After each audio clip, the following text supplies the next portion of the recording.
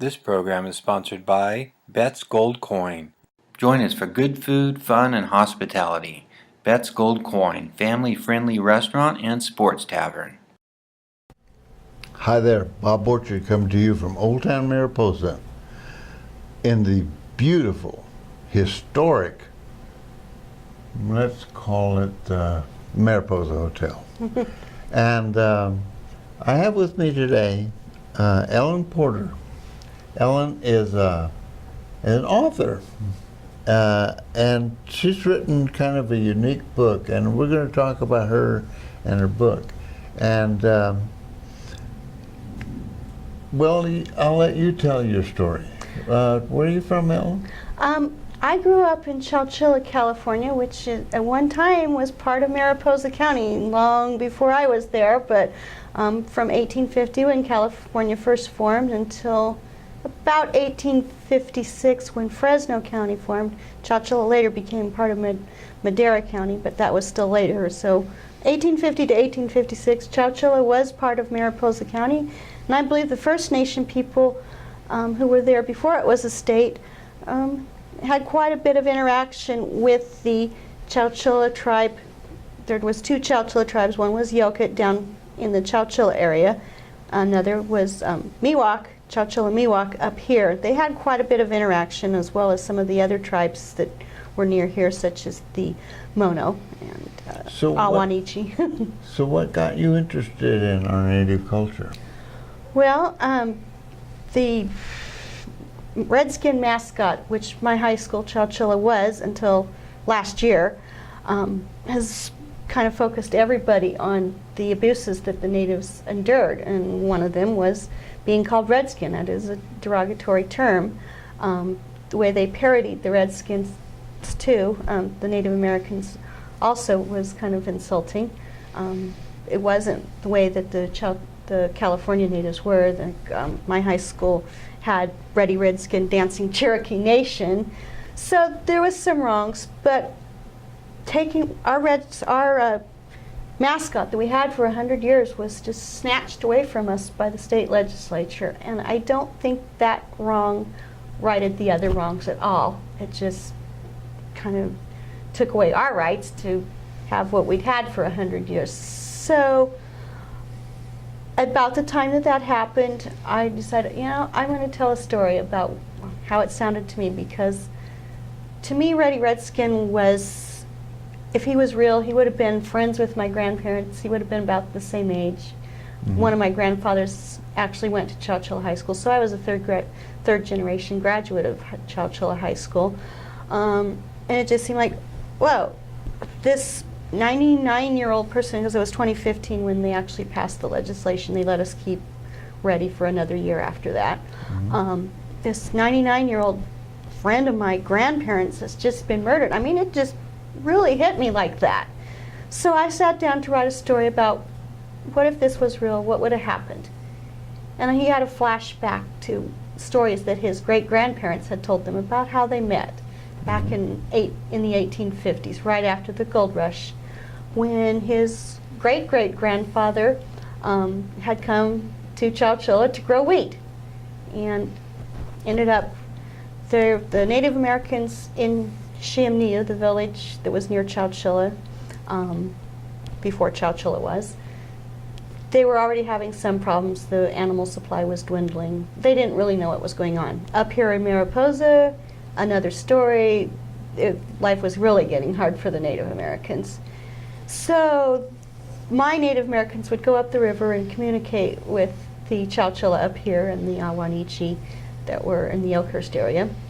And now this is all in your novel. Yes. Is this coming across okay? You wrote a book. It's called The Red Hawk. Yes. And this is the first. This is in the second edition.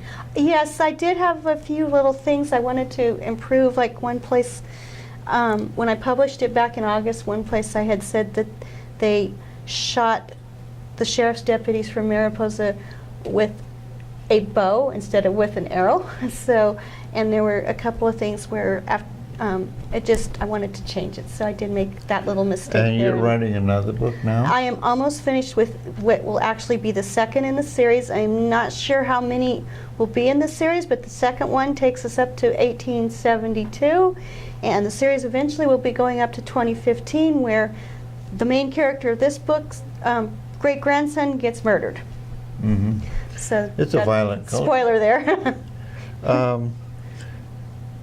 The reason you're here and the reason we're talking is that, you know, this whole chapter of American history is pretty ugly. It is. And we're living today with some of the repercussions of some bad decisions that were made in those days. We could talk about greed. We can talk about culture crash, but the overall message here is that the Native people had a culture That was prior wiped out. to being discovered along with gold, and that was a very complex culture, and it's very sophisticated. And what I've learned over the years was that it was much more attuned to the environment, to nature, than our present culture, Eastern European dominated. Yeah. I did learn in California history 40 years ago that the Native Americans didn't, like if they killed an animal, they used all the different parts of the animal, whereas we take the prime parts, our white American, white Anglo-Saxon culture that I think both of us grew up in, have ancestry in, I know I do. They would take the prime parts of the animal and let the rest of it rot. The Native Absolutely. Americans were more resourceful. And another aspect of that culture is that they felt that everything has spirits. Yes. The rocks, the trees, the animals. As a matter of fact, And the they Red al- Hawk would be William Redskin. Wabakashik is, he has in the beginning of the book, William Redskin, as he's later changed to. The Red Hawk is his spirit animal. And another aspect that I learned was that they asked permission to take something from nature. Even harvesting something as simple as willow branches, they asked permission of the spirits. Well, now that I've just heard for the first time, but I do know that the Native Americans that were up here, when the whites started bothering them, they said, "We don't like this. Would you guys please get off of our land? You're making life difficult for us." And white people, of course, said no and made things even more difficult. So they were polite. Chowchilla tribe, from what I understand, was a little more aggressive with the other tribes. And they saw the horse in this book. They saw the horses, and they didn't even know what they were. They went ahead and took the horses and said, "Oh, these are great." They didn't find out until later when they talked to one of the chiefs up here. Oh, those horses belong to some white people, but those horses have been grazing on our lands and making it hard for us to find the seeds and the animals that we need to find. Yeah. Clash of the cultures. Yes. But the theme that I've kind of adopted is that the Native people of this country, the First Nation people, had probably some important lessons that we could have absorbed Yes. and been in a much better position with respect to our environment than we are today. But let's talk about your book, and folks can get this book.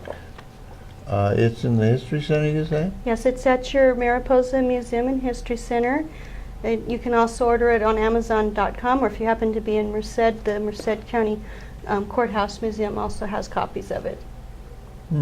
Those would be the three ways. Or you can come down to Southern California next month, and I'll be selling it at my local library one day down there. All right. Yeah. Well, Ellen, I want to thank you very much for coming all the way up here from Southern California to talk about your book and the story that you're trying to tell.